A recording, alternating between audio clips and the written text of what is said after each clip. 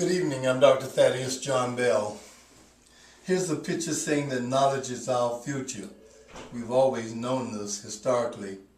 But as it turns out, we need knowledge about healthcare in order to live a long time. Several days ago, I saw an African American woman who had had major complications of diabetes. She had had 2 bypass surgeries, and she already had chronic renal failure.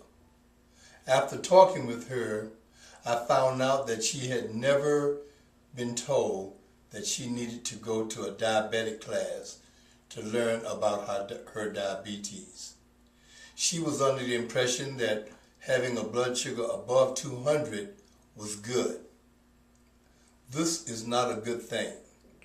I would encourage you that if you are an African American and if you have diabetes, you must have diabetic training in order to have good outcomes.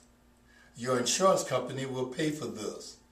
Encourage your doctor to make an appointment for you to be seen by a diabetic educator.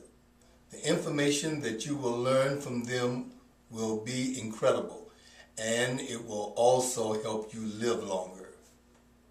I'm Dr. Thaddeus John Bell, closing the gap in health disparities for African Americans and for the underserved.